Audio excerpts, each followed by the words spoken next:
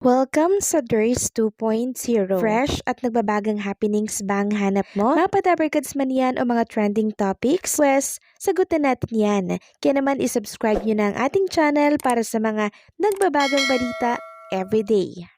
So ayan, welcome back again sa ating YouTube channel mga Kadabarkads, and for today's video nga pag-uusapan natin ay tungkol sa mga importanteng kaganapan sa loob at sa labas ng Itbulaga.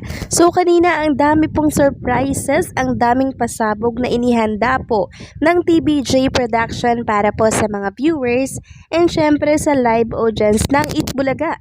Ngayong araw po yan ng Sabado.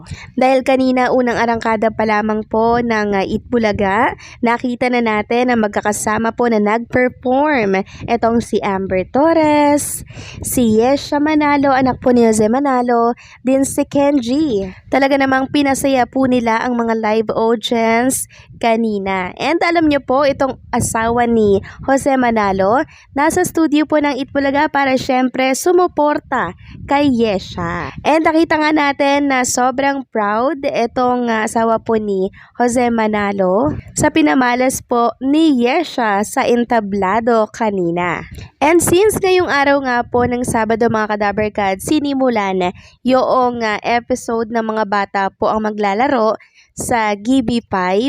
Mga bata din po mga Kadabarkads yung pumila dito po sa Robinson's Place, Imos, Cavite. So, merong nanalo ng tigpa 5,000, apat yan. Syempre, may nanalo din po ng mga bigas and merong ding nasugod mall dito. Si 1L mga Kadabarkad. So, si 1L po, wala po siyang ama na. Hindi na po magkasama yung ama at magulang niya. Bale, nakatira na lamang po siya sa kanyang lola.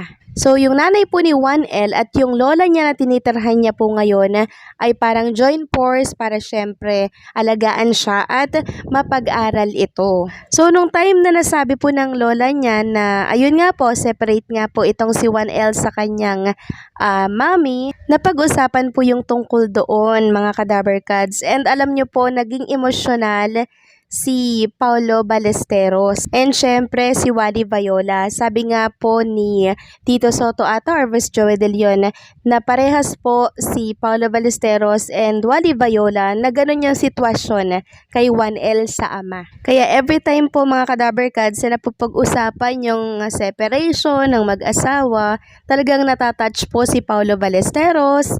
Iyakin po talaga siya mga Kadabarkads pag ganitong pamilya po ang pinag-uusapan. So talagang naluha po dyan, umiyak po talaga itong si Paulo Ballesteros. Sobrang ramdam ko mga Kadabarkads yung kinikim-kim nitong si Paulo Ballesteros. Kaya todo po ang pagpunas ni Paulo Ballesteros sa luha niya nang daladala niya pong towel.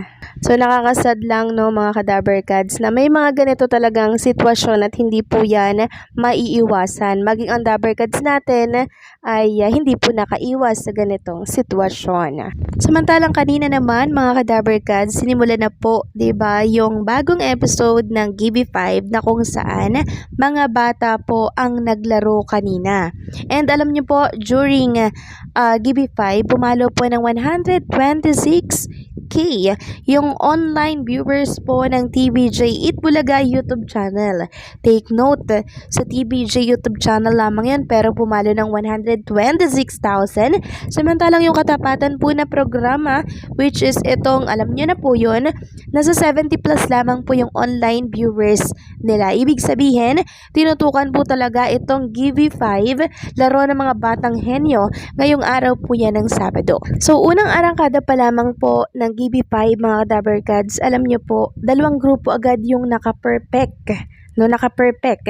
Tapos, binigyan po sila ng tagpa 5,000 mga Kadabarkad. Ang huhusay po mga Kadabarkads na mga kids na naglaro kanina sa GB5. Sabi nga po nila, parang tinalo pa ng mga batang to yung mga matatanda kasi ang gagaling po nilang mag-categorize. And nung final na po, ganun din mga Kadabarkads, nahulaan po ng Team Mabait yung tatlong word sa board. Kaya naman nakapag-uwi sila nila ng tumataginting na 50,000 pesos.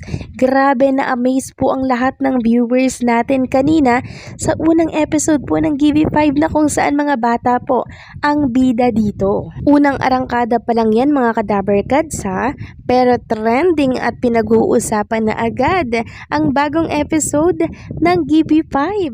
Grabe, viral po tayo mga kadabarkads sa lahat ng social media platform dahil sa huhusay ng mga batang lumahok dito. So merong mga nagsasabi sa comment section na parang na-practice na daw ng mga bata yung pinapahula sa GB5 na which is hindi naman po.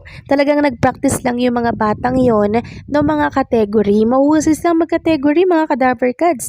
Kaya yung nagsasabing na-practice na daw, na scripted daw yung naturang palaro, hindi po mga kadabarkads. Mahuhusay lang talaga itong mga batang sinalang. Ngayong araw po yan ng Sabado.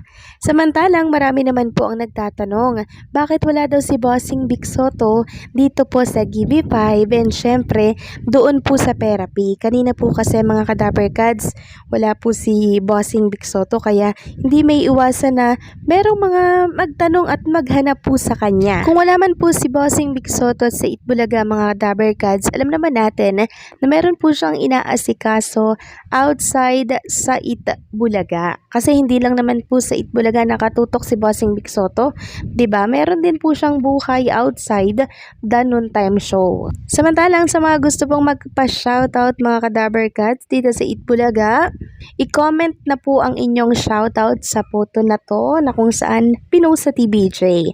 Pwede na rin mag-send daw ng video shoutout. I-send lang ang inyong video sa Itbulaga, shoutout at tbjproduction.ph.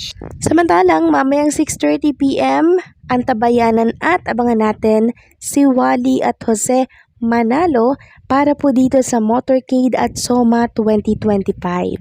Sabi nga dito sa announcement ng Limay, bida daw ang bayan makisaya sa Team RJT sa pasasalamat Motorcade at SOMA 2025 sa May 31 ngayon yan, kasama ang paboritong tambalan na si Wally and Jose.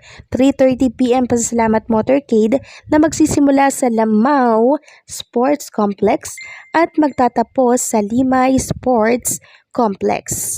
6:30 PM naman Limay Complex para sa State of the Municipal Address kasama sina Wally and Jose Manalo.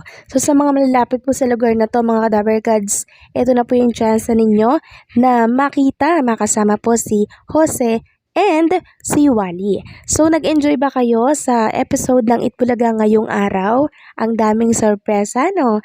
So paano, hanggang dito na lamang po ang update natin. Maraming salamat po sa patuloy na pagsuporta.